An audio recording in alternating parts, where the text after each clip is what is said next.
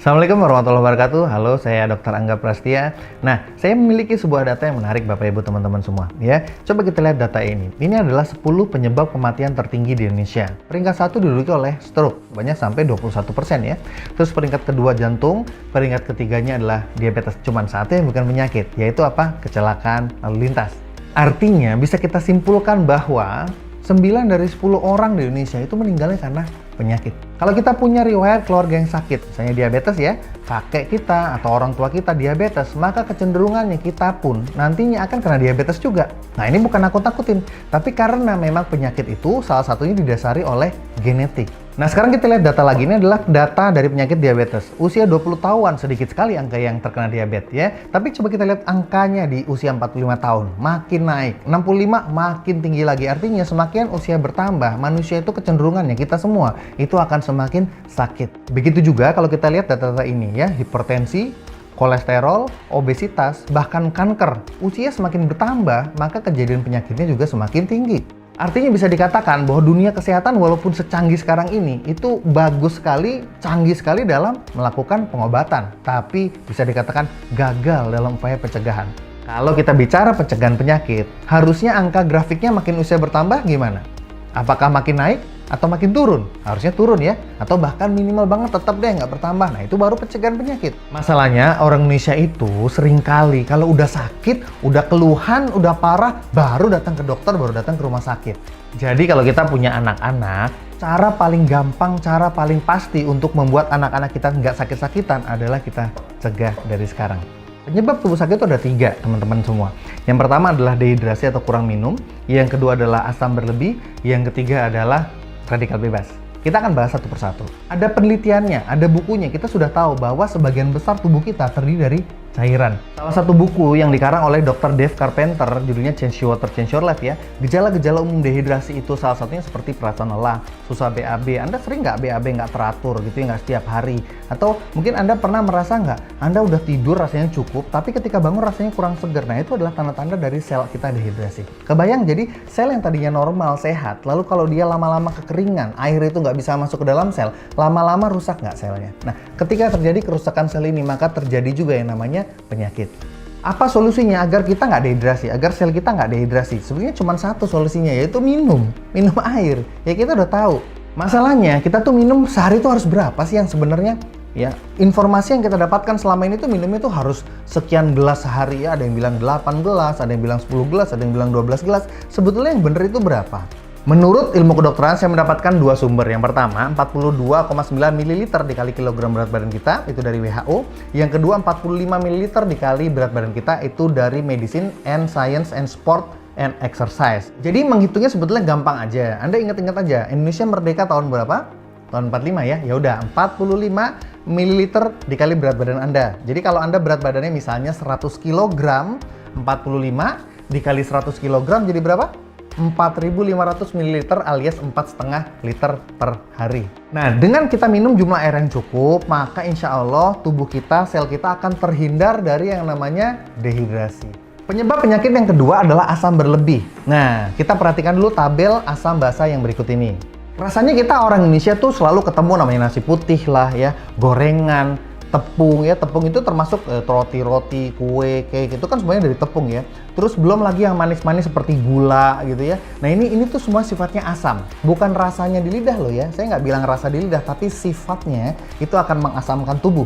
Lalu makanan-makanan jenis yang netral seperti beras merah, telur, ya, susu, itu sifatnya netral. Dan makanan yang sifatnya alkaline atau basa itu termasuk buah-buahan dan sayur-sayuran. Hampir semua buah-buahan, sayur-sayuran sifatnya basa. Mungkin ada beberapa buah yang sifatnya asam seperti jeruk nipis gitu ya, jeruk lemon gitu ya. Tapi itu cuma asam di lidah, ketika dia masuk di tubuh, diserap tubuh, itu akan membasahkan pH tubuh.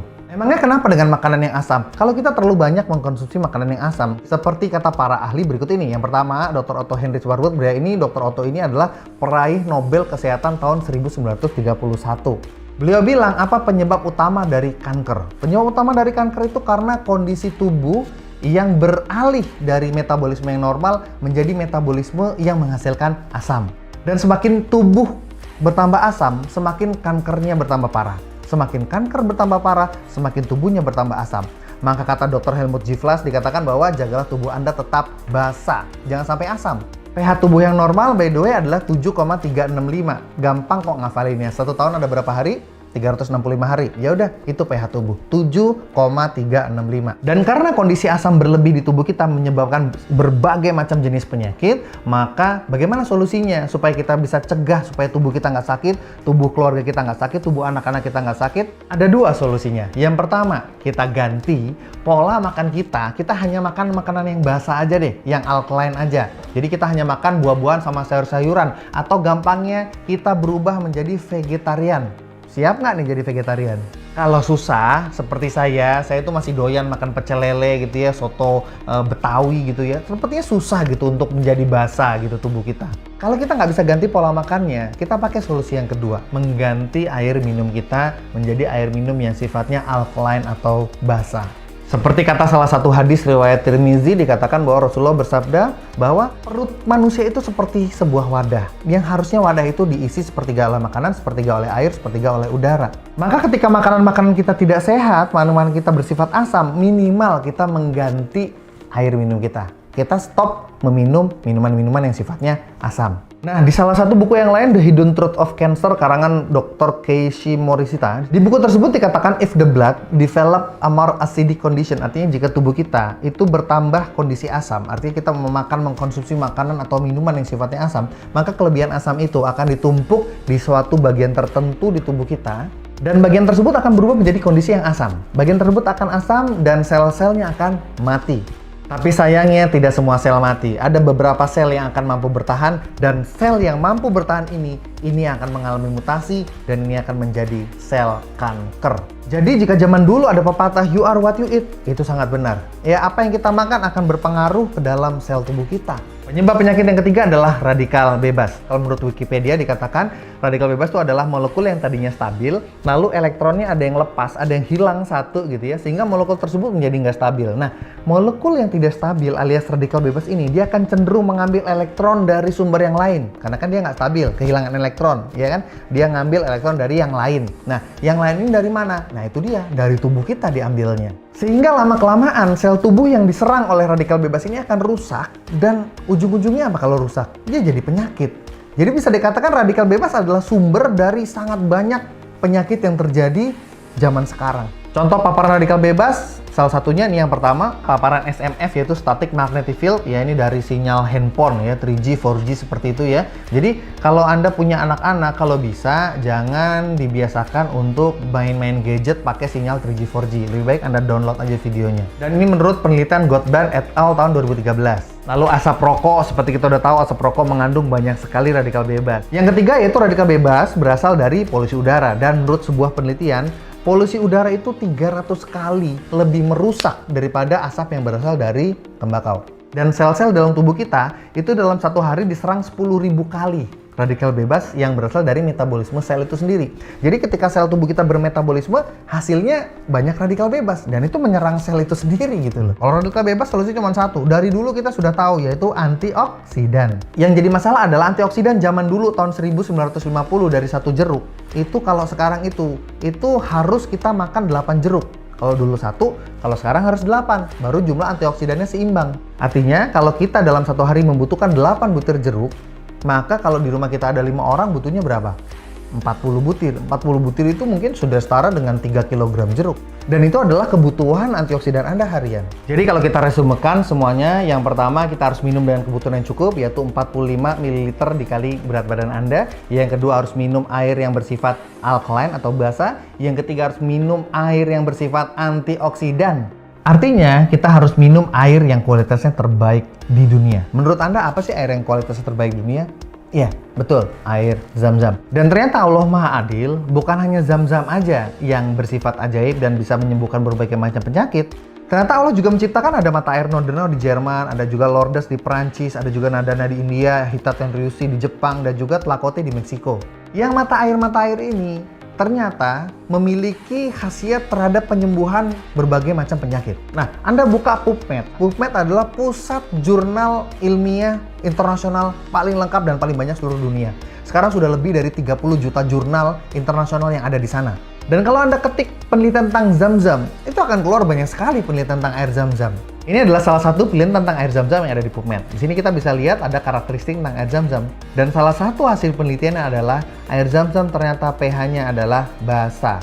Dan ditemukan bahwa air Zam-Zam ternyata bersifat basa dengan pH rata-rata 8. Masih ingat pH normal? pH normal adalah 7, Zam-Zam 8. Dan para ahli sudah banyak yang menulis tentang khasiat air alkali. Salah satunya Dr. Theodore Barodi. Beliau berkata apa? Ternyata apapun nama penyakitnya, semua berasal dari akar yang sama, yaitu terlalu banyak sampah asam di dalam tubuh. Di sisi lain, Dr. Gerard Bresnahan, dokter kepresidenan Amerika Serikat, minum air alkali adalah solusi untuk membuat pH tubuh menjadi basa dengan mudah. Sehingga Anda tidak perlu repot-repot mengganti pola makan Anda. Di PubMed sendiri, kalau Anda search ketik keyword alkaline water, itu akan keluar lebih dari 300 penelitian yang sudah membahas tentang khasiat dari air yang bersifat basa atau air alkaline ini. Salah satunya adalah jurnal Trends in Food Science and Technology. Dikatakan bahwa para ilmuwan berhasil menemukan bahwa air alkali bukan hanya bermanfaat buat terapi atau pengobatan, tapi juga pencegahan berbagai macam penyakit berat. Selain itu, dengan penelusuran yang lebih dalam, ditemukan juga bahwa ternyata air Zam-Zam bukan hanya bersifat alkali, tapi memiliki kekuatan antioksidan. Itulah mengapa air Zam-Zam bisa mengikat radikal bebas dan bisa mengangkat racun-racun detoks tubuh sehingga tubuh menjadi jauh lebih sehat. Demikian juga dengan mata air yang lain, salah satunya adalah fenomena dari Nordenau. Ini juga ada penelitian tentang air dari Hita Tenryusui di Jepang. Dan semuanya mengatakan hal yang sama, bahwa air ajaib ini ternyata bisa mengikat radikal bebas, bahkan radikal bebas ROS, reaktif oksigen spesies, yang dikatakan sebagai antioksidan yang paling berbahaya di dunia saat ini. Dan air ajaib ini dalam bahasa penelitian, dalam bahasa medis disebut dengan istilah natural reduced water. Natural itu alami, reduced water adalah air yang mempunyai sifat antioksidan atau mengikat racun. Lalu para ilmuwan bertanya-tanya, bagaimana dong dengan belahan dunia lain yang tidak memiliki mata air ajaib? Seperti negara kita, Indonesia mungkin. Dan karena itulah para ahli mengembangkan teknologi yang dinamakan electrolyzed reduced water. Jadi mirip-mirip dengan natural reduced water, bedanya natural alami ini dengan metode electrolyze dengan kecanggihan teknologi. Dan kalau kita lihat beberapa jurnal ini, baik natural reduced water maupun electrolyzed reduced water, keduanya sama-sama memiliki kemampuan untuk mengikat ROS. Selain itu, keduanya memiliki kandungan molekular hidrogen yang berlimpah di dalamnya. Dan berkat molekular hidrogen inilah, air ini menjadi memiliki daya terapeutik yang luar biasa.